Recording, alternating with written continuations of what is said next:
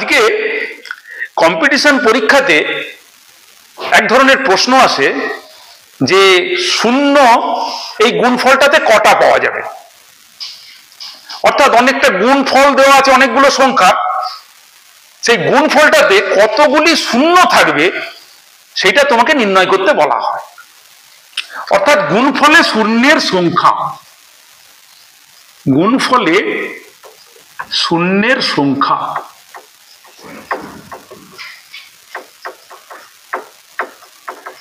এইটা নির্ণয় করব। মানে কিরকম, একটা উদাহরণ দিই। মনে করো 32 গুণিত 48 গুণিত 50, আর ছোটই নিই প্রথমে বোঝার জন্য। এই গুণফলটাতে কটা শূন্য থাকবে, তাহলে কি আমরা এটা গুণ করে বলতে পারি? কিন্তু গুণ করে বলতে গেলে অনেক সময় নষ্ট হবে। তাই কোনো কি টেকনিক নেই যেই টেকনিকে আমরা খুব তাড়াতাড়ি বলে দিতে পারি এই গুণফলটাতে কটা শূন্য হতে পারে? নিয়মটা কি না, এই 32টাকে আমরা মৌলিক উৎপাদকে ভেঙে নেব। তার মানে কিরকম, 2 গুণিত 2 গুণিত 2 গুণিত 2 গুণিত 2, 5টা 2 দেখো, 2 দুগুণে 4, দুগুণে 8, দুগুণে 16, দুগুণে 32, এটা হলো 32 সমান।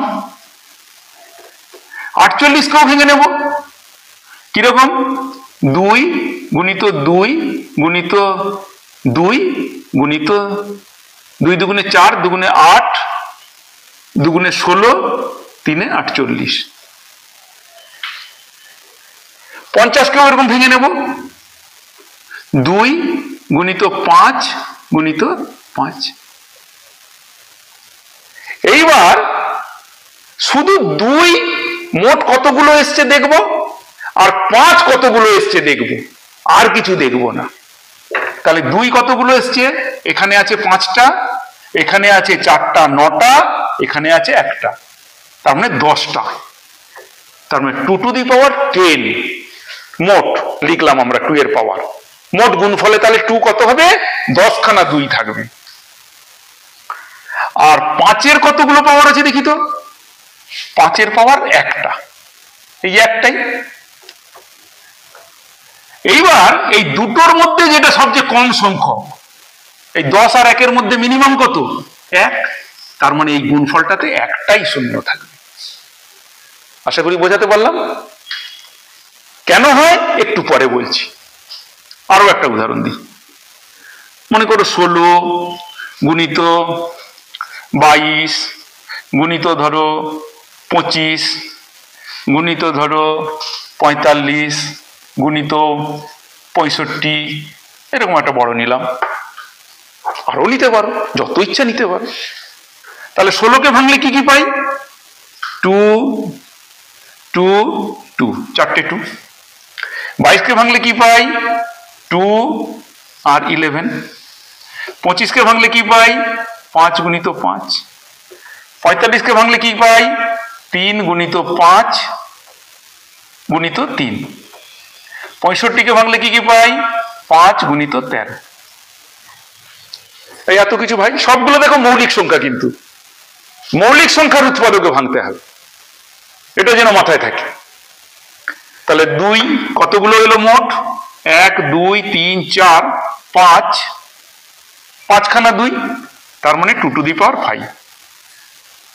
আর 5 কত এসছে, 5 এসছে এখানে একটা, এখানে একটা, 2টো, আর এই একটা 3টে, এই একটা 4টে, তাহলে 5 এসছে 4। তাহলে এই 5 আর 4-এর মধ্যে মিনিমাম কত, সবচেয়ে কম 4, তার মানে গুণফলে 4টি শূন্য থাকবে। এটা যদি গুণ করি 4টা শূন্য থাকবে। এটা কিন্তু গুণ করে 4টে শূন্য বের করতে অনেক সময় নষ্ট হতো, সেটা আমরা কত তাড়াতাড়ি করে ফেললাম। কিভাবে হলো না, দেখো আমরা অন্য সংখ্যাগুলোকে নিলামই না আমাদের এই শূন্য কাউন্টের জন্য। 3-এর কোনো দায়িত্ব নেই, 13-রও কোনো দায়িত্ব নেই। তাহলে আছে কার, 2 আর 5। তার মানে এরাই শুধু শূন্য বানাতে পারে, 2 5। কেন না, 2 5 10, একটা করে শূন্য হয়। তাহলে মোট এখানে দেখো 2 দিয়ে 5 দিয়ে গুণ করলে আমরা এটাকে কত লিখতে পারি, এরকম কত, 10, 2 টু দি পাওয়ার 5। আমরা 4 আর 5-এর মধ্যে 4 লিখতে পারি, আর একটা 2 এক্সট্রা রয়ে গেল।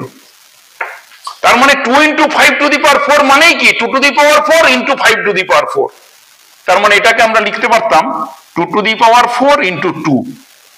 তাহলে 2⁴ আর 5⁴ এই দুটোকে নিয়ে একসঙ্গে 2 × 5⁴, আর একটা 2 এক্সট্রা পড়ে আছে। তাহলে এইটাতে কত হলো 10। তাহলে 10⁴ × 2, তাহলে 10⁴ মানে কি একের পাশে 4টা শূন্য। এই জন্য হয় কটা 2 এখানে, এখানে 2 10টা, 5 কটা 1টা। তার মানে কটা এরকম বানাতে পারবো 2 × 5⁴, আর বাকি পড়ে রইল 2⁹। এই যে এখানে মানে কি আছে, এটা 2 × 2⁹ মিলেই 10টা। এই যে একটা আছে 1 আর 9 মিলে 10। তাহলে একটা 2⁴ আর একটা 5⁴ মিলে 2 × 5⁴, আর পড়ে রইল 2⁹। তাহলে মোট কটা 10 হলো, একটাই 10⁴, তার মানে একটাই শূন্য হবে। তাহলে 3, 13, 22, 3, 13 অন্য যেসব সংখ্যাগুলো সেগুলোর কোনো মূল্য নেই। শূন্য তৈরি করে কে, শুধু 2 আর 5। সেই 2, 5 এর মধ্যে পাওয়ার যত মিনিমাম সেইটাই হলো শূন্যের সংখ্যা নির্ণয়ের পদ্ধতি, ততগুলোই শূন্য থাকবে। আশা করি বিষয়টা বুঝতে পেরেছ। ভালো লাগলে লাইক, কমেন্ট, শেয়ার করে দিও।